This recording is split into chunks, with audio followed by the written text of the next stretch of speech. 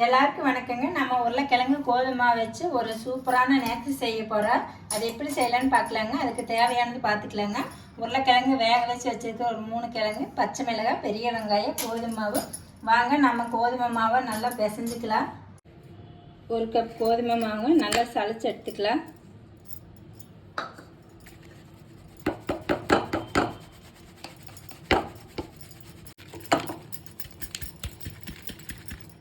பாருங்க, சளிச்சு எடுத்தாச்சு.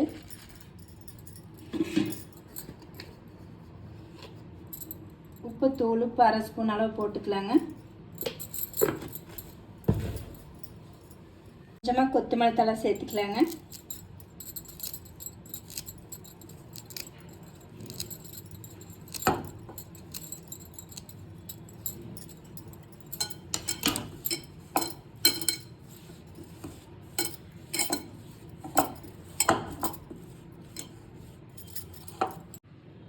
தண்ணி ஊற்றி நல்லா கெட்டியாக பிசைஞ்சிக்கலாங்க.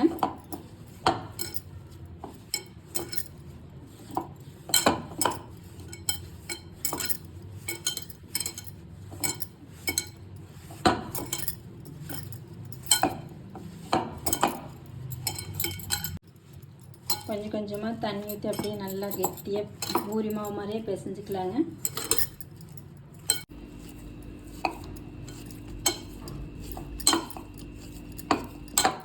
பாருங்கள், கையில் ஒட்டல. இது மாதிரி நல்லா உருண்டை பண்ணி அப்படியே மூடி வச்சிடலாங்க. நம்ம மூடி வச்சுட்டு அப்படியே உருளைக்கிழங்கு செய்யறதுக்கு ஆரம்பிச்சிக்கலாம். ஒரு பெரிய வெங்காயம் கட் பண்ணிக்கலாங்க.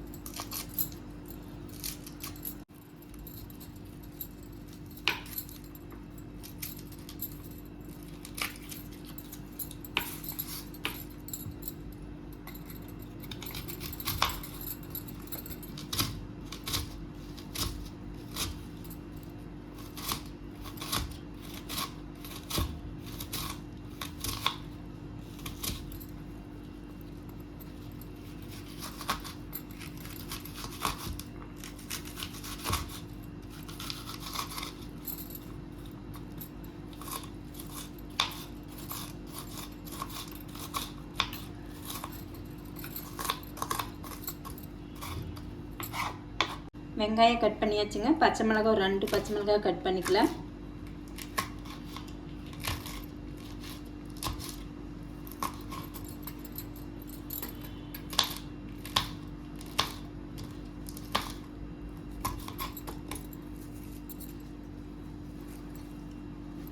பச்சை மிளகாய் கட் பண்ணியாச்சு. மல்லித்தழை கொஞ்சம் கட் பண்ணிக்கலாங்க.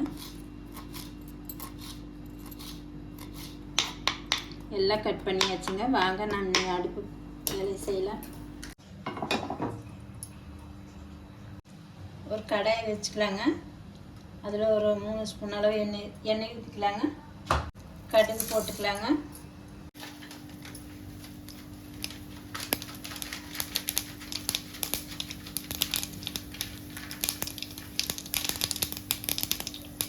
சீரகம் போட்டுக்கலாங்க. ஒரு 1/2 ஸ்பூன் அளவு சீரகம் போட்டுக்கலாங்க.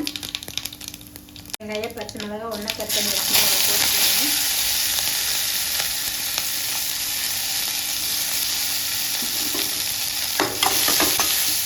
நல்லா எண்ணெயில் வதக்கி வச்சுக்கலாங்க.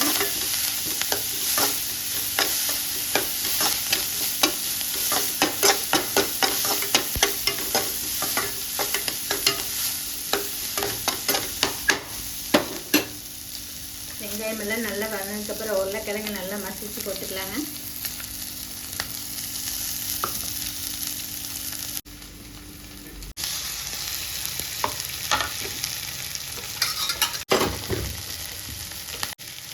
உப்பு 1/2 ஸ்பூன் அளவு போட்டுக்கலாங்க. மஞ்சத்தூள் ஒரு சிட்டிகை அளவு போட்டுக்கலாங்க. மிளகாத்தூள் 1/2 ஸ்பூன் அளவு போட்டுக்கலாங்க. மிளகாத்தூள் 1 ஸ்பூன் போட்டுக்கலாங்க. எல்லாம் போட்டு நல்லா கலரி விடுங்க.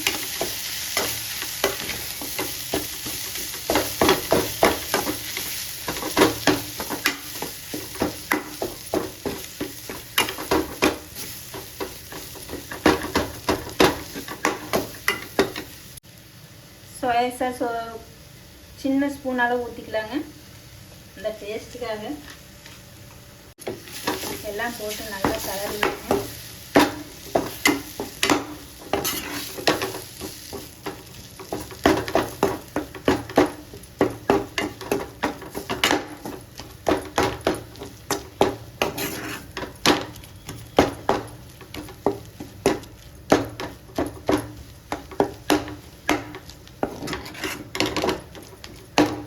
போது அடுப்பில் வச்சு நல்லா கிளறியாச்சு.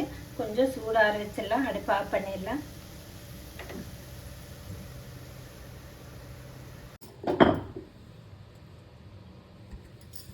பாருங்க, ஊற வச்சு 1 மணி நேரம் ஆயிடுச்சு.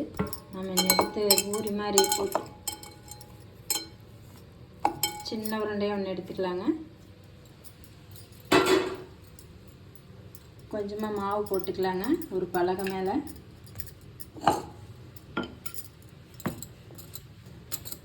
பூரி மாதிரி நல்லா லேசாக தேய்ச்சிக்கலாங்க.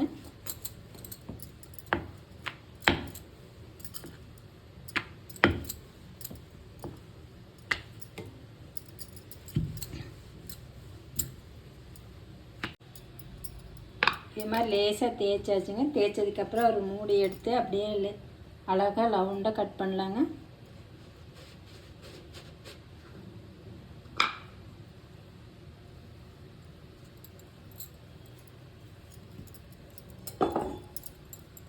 கட் பண்ணதுக்கப்புறம் அப்படியே லேசாக தேய்ச்சிக்கலாங்க.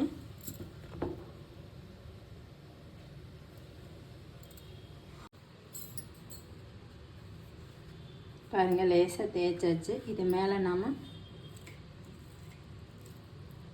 கொஞ்சம் உருளைக்கிழங்கு மசாலா வச்சுக்கலாங்க.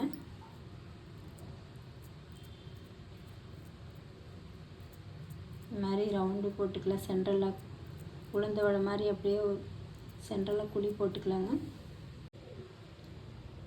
கொஞ்சம் கொஞ்சமாக அப்படியே கீரல் போட்டுக்கலாங்க.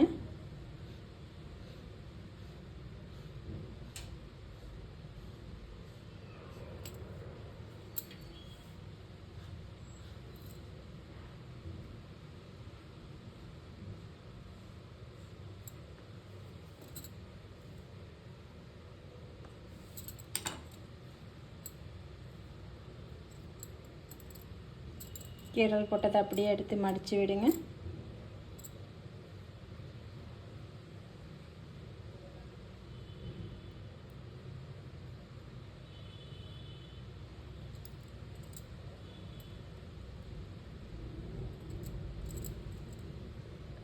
சின்ன மூடி எடுத்து இது மாதிரி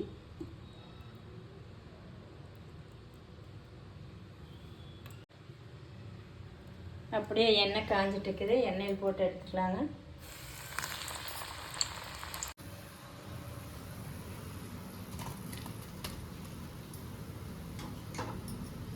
பாருங்கள், சீக்கிரமாக ஸ்நாக்ஸு செஞ்சாச்சு. உருளைக்கிழங்கு பூரி மாவை வச்சு இந்த மாதிரி ஸ்நாக்ஸ் செஞ்சு பாருங்கள். செஞ்சு பார்த்துட்டு செஞ்சு சாப்பிட்டு பார்த்துட்டு கமெண்டில் எப்படி இருக்குன்னு சொல்லுங்கள். லைக் பண்ணுங்கள், சப்ஸ்கிரைப் பண்ணுங்கள்.